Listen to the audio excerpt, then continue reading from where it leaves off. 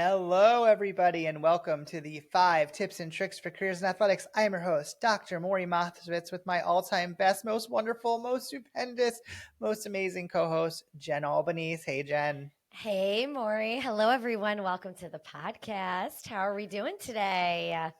Very good. We have a very cool guest, Kalei Yes. Mahi, who, very well recommended Oh and my has the gosh. best energy, the Oh, excitement, so cool. people So are gonna cool. love her. Great And then tips. Great tips. Great what sh- tips. what she's doing with NIL and educating people. Like if I was a student, I would want to work with her just for her Yeah. energy and her knowledge. Like what a cool thing. Yeah. It's so relevant for right now, what's going on in college athletics, especially. So, yeah, it's a really good conversation with her. So, yeah. Okay, I got a crazy story because it happened to me this week and I've never had anything else happen like this before, but I was running a Okay. men's soccer game and anyone Okay. that might Yeah. have actually been on my social media lately probably has seen this. They stopped the Okay. entire game because a bunny ran out on the field during the Stanford Syracuse men's soccer game, and they stopped the entire game, and I was requested by the officials to get the bunny off the field, a giant soccer field that this bunny is running around on, before we could restart play. It Okay. was one of the craziest things. All right, I have a lot of questions. Okay, Go. so where did the bunny come from? Just randomly just showed up, or did he come from a corner? It Where did he felt for come me from? like he fell from the sky, but I like just I'm going to test your abilities as an athletic administrator, and God's just going to drop this bunny on this giant field. But I think it came out of there's a wooded area Yes. by our Okay. scoreboard, and I Okay. mean the Okay. thing shot like a bunny right through all the players and went to the far side where there was just the goalie. We were on one side of the field, and the bunny went to the opposite side. And then the officials looking at me like, you got to get it off. Like, clearly I understood what he wanted. So a Yeah. groundskeeper's jumping out. I'm jumping out and trying to shoo the bunny off the Go field. bunny, go. How long was the bunny on the field? It felt like 2 days, but I think it was only it had to be like a minute, maybe a minute and a half. I don't know. I don't think it was not a super long amount of time, but as you know, when you're working one of these Oh, it feels events, like an eternity. It feels it like an feels eternity. like, well, 30 seconds feels like an eternity. Yeah. we had Yep. over 2,000 people watching. We had the teams on the field. We were on TV. I was going to say they showed it on TV. It's They showed it broadcast. on If you go to my social, we can share it on ours. You Yes. can see it on. Thank God I was out of frame because I must have looked like a maniac. You were probably The entire women's soccer team's going and they're watching, going Maury, Maury, and I'm like, oh, I just want to get this bunny off the field. That's all I wanted. oh my God. Was Coach Mack upset, or was he okay? Do you think it was If funny? you listen to the broadcast, you have him saying that they should penalize Stanford because he's claimed that it was one extra man for them. So he's cracking jokes. He's looking at me with that's good. At like, least oh he yeah, was cracking jokes. That's I will good. say if it's any coach, I'll take Coach Mack. Yeah. I appreciate it. Other people might not have thought it was as funny. I didn't think it was particularly funny, but he let me get Yeah. the But time and get it off. after the fact, obviously, it's very funny and a very unique, funny story that now you have in your stories of experiences. Absolutely. I anyone that knows Pete Sala, who's a mentor to me, has done this forever. I literally texted him and I go, have you ever had to get an animal off the field, like a bunny, during a game? He's like, never, but it sounds like a lot of fun. And I was like, well, now I have I have done that. I have done one thing that you can't say that you've done, because he's always telling me all the stuff he's done that I haven't done yet. So I've got one up on Pete. Oh, well, that's that in itself. That's an accomplishment. I'll take it. Accomplishment. I can retire now. Oh my God, that is too funny. Well, we're going to have to post that on social so everybody can witness that, because that's pretty incredible and very unique that happened to you. So, it's what we're here for, to just bring that unique content. I love it. And don't try and catch the bunny. Just try and get it off the field for those who, for that next generation of sport administrators, just get it away. Yeah. Don't try and catch it, because you're not going to get it. Hope it never comes back. Oh, as soon as it ran off, I made the grounds guy lock everything and block it up, because do not let this thing back in. So we're good. We're good. Perfect. So we're good. I love it. With that, after our bunny experience, we're going to come back after these messages with an awesome guest. Stay here. Are you a loyal 5 Tips and Tricks podcast listener? If not, now is the time to start. Get all your info and fun content on the podcast by following us on all our social channels at @AthCareerPod. The 5 Tips and Tricks podcast is a part of Athletic Career Consulting. Make sure to reach out to us. The one-stop shop for everything is our website, www.athcareer.com. Remember, follow and like us on @AthCareerPod, rate and review us, and get all your info at www.athcareer.com. Okay, everybody, welcome back. Maury, would you like to introduce our guest today? For sure. From breaking records in the pool as a Division I swimmer at Syracuse University to breaking ground in the world of sports marketing, this guest brings over 2 decades of powerhouse experience with the career-leading brand partnerships for global giants like AT&T, Sony, eBay, Coca-Cola, Lexus, Molson Coors, YouTube, and Sephora. She's worked alongside top-tier athletes across the NFL, USGA, US Olympic teams, NASCAR, NBA, and NHRA, gaining rare insight into the business of branding at a high level. Now she brings that experience to the next generation. As the founder of NextGen Legacy, she's on a mission to help high school and early college athletes take control of their stories, build marketable personal brands, and navigate the evolving landscape of NIL with confidence and clarity. Whether it's curating content, educating families, or opening doors to independent partnerships, her work is reshaping what it means to be a student athlete today. We are so excited to have Kalei Mahi to the podcast. Welcome.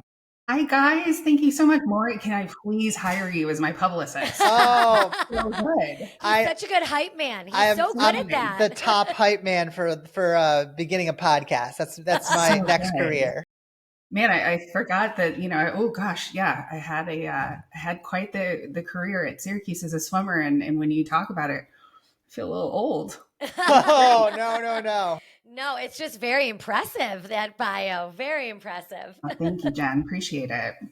Oh, Yes. Thank you so much for having me. I really am so excited to do this with you and to get a recommendation from an old Syracuse buddy of mine, Anne-Marie. This is such a treat. Thank you again. Well, Anne-Marie was one of our best guests. She always threw on some great things, and she's a mentor of mine. I don't think I would still be doing what I do without having Anne-Marie around every once in a while to call. So she's awesome. And when she said, "Hey, we got a person for you to meet," I was like, "This is great. We had to have you on." So incredible. Yes, absolutely. So let's get into that tip. What's your first tip for those guests out there? So such a great tip. And I think if I were to bring Anne-Marie back into the conversation, my first tip is really surrounding yourself with loud cheerleaders, right? These are the people who genuinely want to see you succeed. They don't really think of you as competition. They're the ones who are going to text you at 2:00 in the morning to make sure that you're still living, breathing, drinking water. You're working on a QBR, a quarterly business report for, the Stacys of the world who don't know that. But, those are the folks who are really going to pick you up, dust you off. They're going to give it to you for real and tell you, hey, you're allowed to have 5 minutes to wallow in your misery, and then you got to keep going, because those are the folks who are going to be with you forever. And I am so grateful to have a squad similar to that. People from college, Anne-Marie, my old roommate, Leah, our other sort of roommate. She lived 2 doors down, but Brittany, same thing. I mean, these ladies, it's been 20 years since we've all been in a room together, but these are my hype women. These are women who have been in sports, who understand the grind. They don't let me feel sorry for myself for more than 5 minutes. And then they tell me, dust yourself off. It's time to get going. So having those people in your corner are sometimes the boost that you need, right? The authentic relationships with your friends who are going to sort of drown out that internal heckler that you have. Have those people at your side at all times and let them carry you. And maybe this is rooted in relationships, but at the end of the day, like having those genuine relationships will help serve you, long term into your career. And I say that these are the women that I'm going to probably drink wine with when I'm 90 and we're in Italy and we're laughing Yes. about all the things that we did, 70 years prior when we were in college at Syracuse. I love I mean, it. this is such a good tip because I think a lot of times, often, especially people in sports feel like they can't be vulnerable, or that they like, especially with like people like, oh, I don't want to show my friends that things are not going the way that I want them to. And like, I got to tough this out on my own. And like, I feel like so often that puts people in such a bad spot. And like, what a great tip to like build a culture on yourself that you can be a support system for each other, and that you don't need to like create this barrier or this wall for yourself. Totally. Is a great idea. Yeah, that energy matches energy, right? So if you have friends who won't let you wallow, you're going to do the same for them. So there's that give and take in a relationship. You're depositing into their bank account in terms of energy and things that they need, and they do the same for you. It's not just always this take relationship with one another. So I'm grateful for that. And it's funny, I still think of people that I talked to in my first job out of college at Amex, like 20 years later. These are people I still keep in touch with, who will pick up the phone and who will offer me introductions to folks because they genuinely care, and we're invested in one another. So have that squad and build that squad. Yeah, you need that because it is tough sometimes. You hit tough Yeah, patches and there's challenges, and if you don't have that positivity behind you, sometimes you can really bring yourself down. It's I mean, Maury and I mean, I kind of was going through that this week, and to have those people that can bring you back up even when you're down, like that says something about them, those relationships that you have, and that keeps you going. So yeah, working in sports is tough sometimes. There are tough times there. You hit those patches, and to have those people behind you that genuinely care if you're okay, like you said, they check on you at 2 a.m, make sure you're drinking your water, you're sleeping, and you're okay. That means a lot, and that helps you keep going. So that one I take to heart this week. So thank you for that one. That one's Jen, good. poor Jen has had a tough week. So you hit her at the right time with the right Hit me at advice. the right time. So that's really important, and those people really have stepped up for me in the last couple of days. So it means a lot. It really does. well, we'll hang So on to those folks. And if I can slide yeah. in and play a relief pitcher for them one day, Hey, you call me. I'm Hey, there. Jen, you might be thank you. texting somebody after the podcast. I You- might. I might love that. I love that. Thank you. Thank you so much. Well, with Got it. that's like a tip on all cylinders. Let's I get to know. the next one. We got to see how we're going to beat that one. I don't know. Let's see. The next one I would say is understand your DNA. And most people are going to be like, what the hell do you mean? Understand my DNA. But you really need to understand like what you bring to the table and feel it with your whole chest, right? Stand 10 toes down, because you may sit in a room with a bunch of senior executives. You could be a woman in sports in a male dominated room, but there's a reason why you're in that room. And you need to understand that there are strengths that you have that some of these folks may not. So lean into that. Don't be fearful of it. Own it with your entire chest, but also keep yourself open to learning, right? Because you don't know everything. I think when we walk out of Syracuse and we walk out of the dome and we've got a diploma in hand, we think we can conquer the world. We know everything. And I think now, in a day of chat GPT and perplexity, and you have all these available AI tools, you could probably gas yourself up a little bit and say, like, I'm the smartest person in the room. But there are things that you are absolutely strong at that others don't have strengths in. And if for some reason you can't think of any, call up 3 people and say, what do you think I'm good at? Because those people who know you best are going to give it to you, and they're going to make you think, oh my God, you're right. I can speak clearly. I can articulate ideas. I do have opinions that actually make sense and matter. Lean into that. Don't be afraid of it.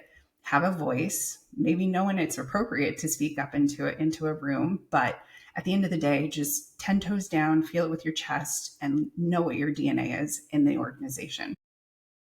That's awesome. One of the things that I and this is kind of adjacent to what you just said, but now in this new world that you're in with NIL and starting NextGen, how are you working with your clients and the people that you're bringing up? Because clearly, knowing who you are, understanding your DNA is clearly a part of what you're looking to do with this group you founded. So how has that started to tie in? And clearly it's important for being a professional, but those people that clearly are early on and in presenting themselves and turning this into a business, branding themselves. Yeah. So I think there's a little bit of this trend happening on LinkedIn where people are saying, I'm an expert in NIL, or literally you're not. Like, no one is. You're not. Yeah. He hasn't been around long enough. This has not been a thing, right? Like there was the bag man of the 80s, the 90s, the early 2000s, right? There was a shadow figure that would just drop a bag of money and, there all of a sudden you have money. We don't know why, but this has become a legitimized business, and people come in who have different value propositions from one another, right? And when I took a step back in my own career and I sort of zoomed in to what I can offer, I worked D1 swimmer, so I can relate to a student athlete in that capacity. I mean, I understand the grind, the hours that you're spending in the gym and in the pool or pitch or field or whatever. I understand that. I understand what it means to grind as a student, right? Dr. Short was one of my favorite classes, and I would go to her lecture, and Sarah Short. She was phenomenal. I mean, but you have to grind because you have to continue to keep your GPA up in order to stay eligible, right? But then when I graduated, I was able to go brand side, work for amazing brands like AT&T, Coca-Cola, Amex. But now when I pivoted into the agency world, I felt like I had a lens that I could share with people from both the agency side, the brand side, the student athlete side. But then most recently, I I scaled and built an influencer division at a traditional ad agency, because historically, media dollars would be splintered off and they would go to a place like Whaler. So you'd have two agencies sort of doing the same thing, but one focusing on influencer and one focusing on everything else for the campaign. But for me, I felt like because there's such little education out there for these kids, I wanted to be able to use the experiences that I've had with these massive brands, with these agencies, as a D1 athlete, and now as a parent, to say, these are the things that you need to do in order to protect yourself. I can tell you what I can tell you about contracts and things that I've learned through the influencer world. I can tell you about your basic financial things like EIN numbers and when should you think about an LLC and some basic things for savings. But I surround myself with experts in those industries, and I've been really fortunate to lean on some folks who are great in the NIL legal world, and I will push student athletes to go talk to them prior to signing contracts, because again, I can only share my experience and things to look out for and provide cautionary tale. But somebody like a Josie Liner, who happens to live here in South Bay with me, she can take these kids and from a mom lens and from a legal lens say, hey, this is what it is. So when I understood my DNA, I had to do all of these other jobs and go through all of these other experiences in order to come here and be present in the NIL space and say, I can genuinely help and I want to help, because these student athletes deserve a chance to earn life-changing money and to build a legacy of their own. Because, unfortunately, everybody has an expiration date in their sport, whether you want to believe it or not. I had an expiration date in mine. So let's just set them up for the future. And so that's where my DNA sort of landed me here in this NIL space. Awesome. Thank you. That was so interesting. We really appreciate it. No sweat. Yeah. All right. Ready for number 3? Yeah, number 3. So this one is my favorite. This is kind of going back to this, journey I've had in my career, but embrace the zigzag. And I think sometimes we think of careers as being linear moves, and for some, maybe my husband has been in, the food service industry for a really long time, and it's very linear for him. He understands what his goals are and how he moves. Mine looks like a drunk game of chutes and ladders. My career has been all over the place, and again, everything that I've experienced in my career with the Coca-Cola company, learning to audit and observe and learn about what a global brand does during the FIFA World Cup or during the Olympics, I got to see what the foundation of that was and how, they're going to market to literally the world with this partnership with the Olympics and with FIFA. But then, going to the agency side and going into auto. I mean, I worked for Lexus on the national side, and I had the time of my life. It was 4 years of golf. I was on the U.S. Open circuit with Lexus. It was Oh a my lot of God. That's Awesome. Dren's dream. Oh, that's so so great. cool. It So was cool. amazing. I mean, I will never forget running into Huey Lewis. Again, it'll date me in terms of Yeah. music, but I ran into Huey Lewis in San Francisco at the US Open my very first year working for Lexus. And he walks up and says, "Hi, I'm Huey." I went, "Are you for real?" Obviously. Yeah, like, You know, hello, obviously. yeah. And I was a little starstruck, but I got an opportunity to meet some amazing brand ambassadors, some amazing athletes. There were some incredible executives that I worked with on the Lexus side, and my client Adrian was the best of the best. He was the guy that would be out there with us at 2 o'clock in the morning for a loading. Again, a lot of 2 a.m. stuff. I swear I didn't work that late most times, but That it seems to be sometimes that's the hour for sports, man. It doesn't yeah, matter. 2 a.m., 4 a.m. We're talking. That truly. happens all the time. So he was the kind of guy that was out there helping us build things because he felt weird about being the client and leaning on his agency to knock out all of the details. But then I zigged again because traveling on the road with a young family that many weeks out of the year got really difficult. So I zigged one more time over to AT&T on the brand side and worked for the Dan Patrick and the Rich Eisen show doing partnerships. And we had no idea what we were doing over there because he was a multi-distributed show, streaming, podcast, TV. He was breaking into social media at that time. Like there were all of these things that we had to figure out. So interesting opportunity to build relationships and understand, because Dan said to me on the very first day I worked for him is, "I don't want advertisers. I want partners. I want people who are going to stay here with me and who are going to, carry me through years. I don't want to have this revolving door of people because I'm a sports show first. I'm not, NASCAR of sports shows. I just want partners that are here to do great things with me. And can you help me figure that out?" Yeah, challenge accepted.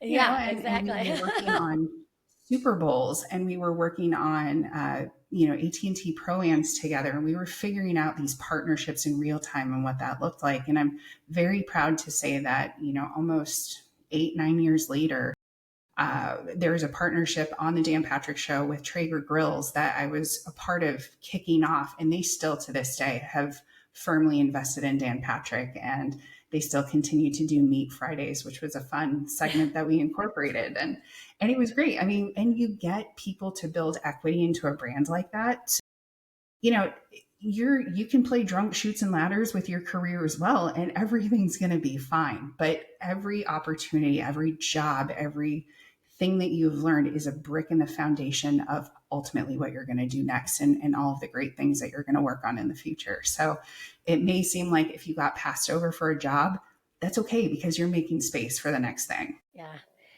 I love that because I think people think they have all of this figured out, like right in the beginning. Like you said, when you graduate, everybody feels like, okay, here's my path. I'm going to do this, this, and this. And if they veer off of it, it's, oh, I'm a failure, or I'm not good enough for this, or I can't do this.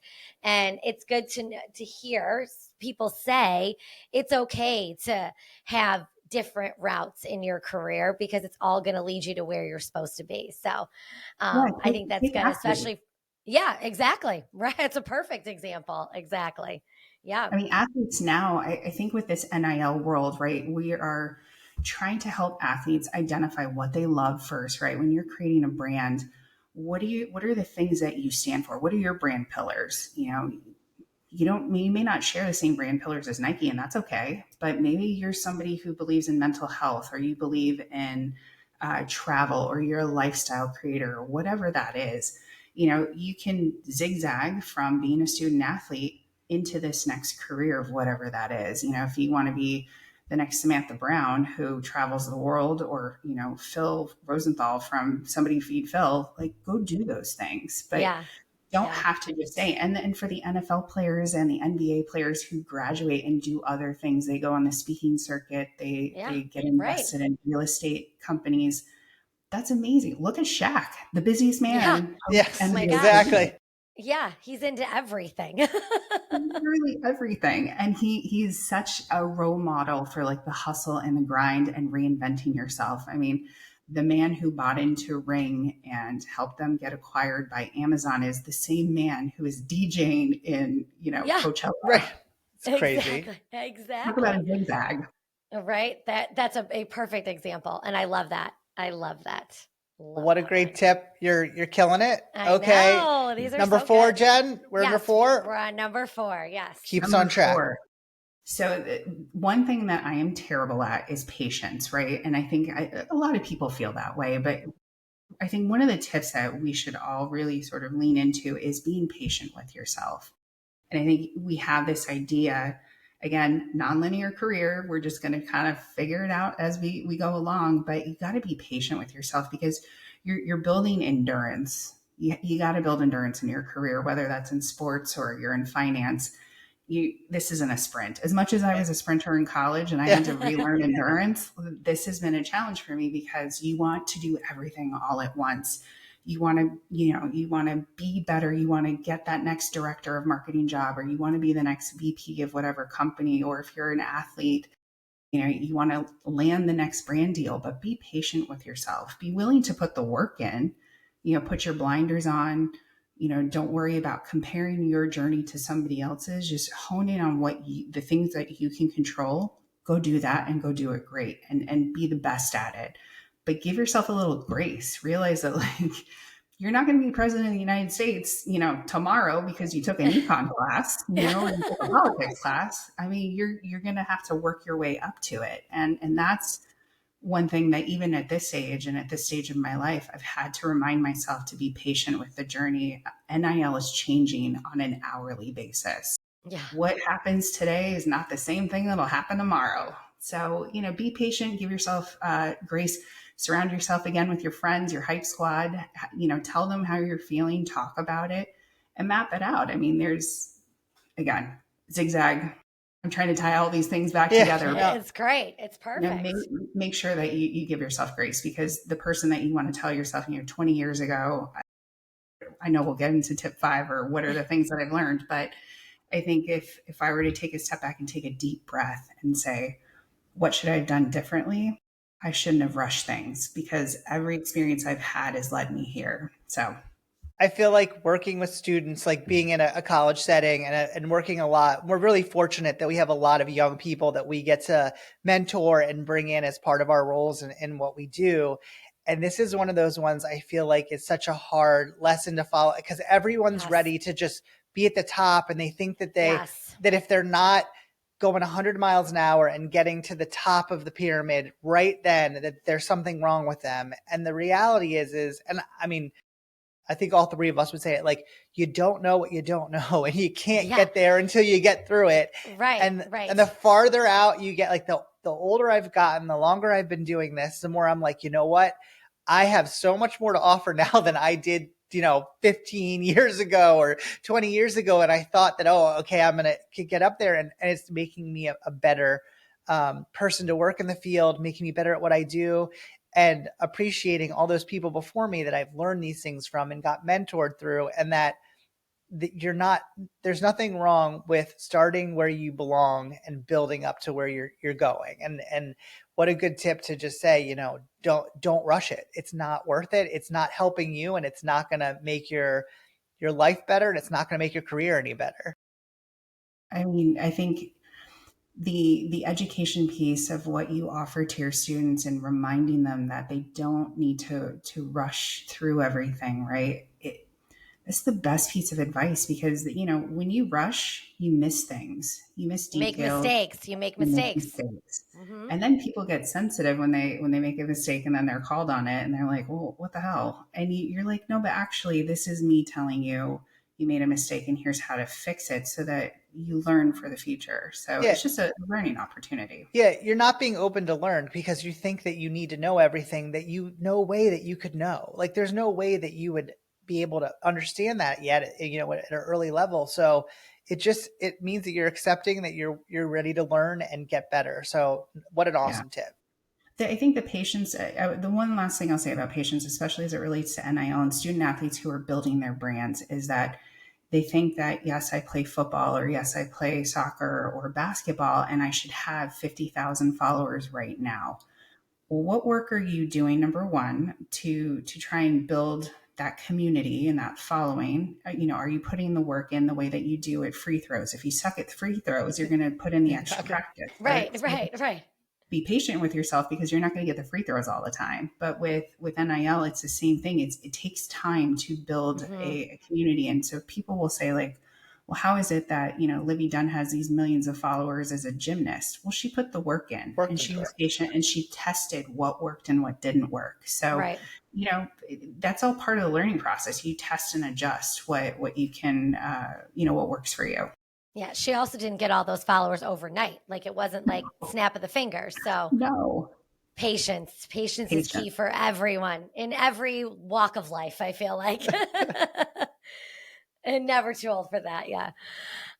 Okay. All right. Last one, right, Maury? We're on the last one. You're on the last one. Jen, you're up. All right. So what do you know now that you wish you knew then? So what do you know now at this point in your career that you wish you knew when you first started? I wish that I knew that being passed over for a promotion didn't mean it was a dead end. It was really more like career CrossFit.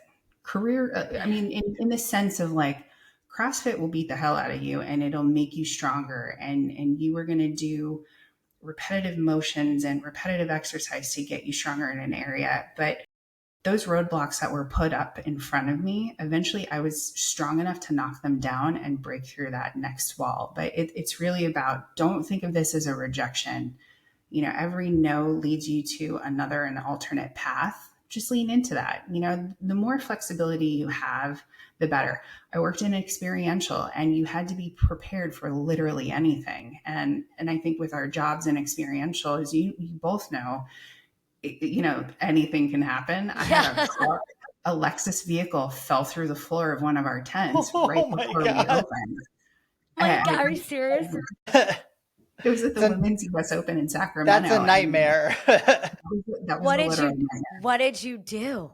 Oh, so my God. At one point, they said, do we shut this down? So we had to get legal involved. You have to set the everything in motion, right, for a contingency plan of, like, what's worst case scenario. Of course, we're dealing with terrible weather. We were dealing with rain, a soft ground.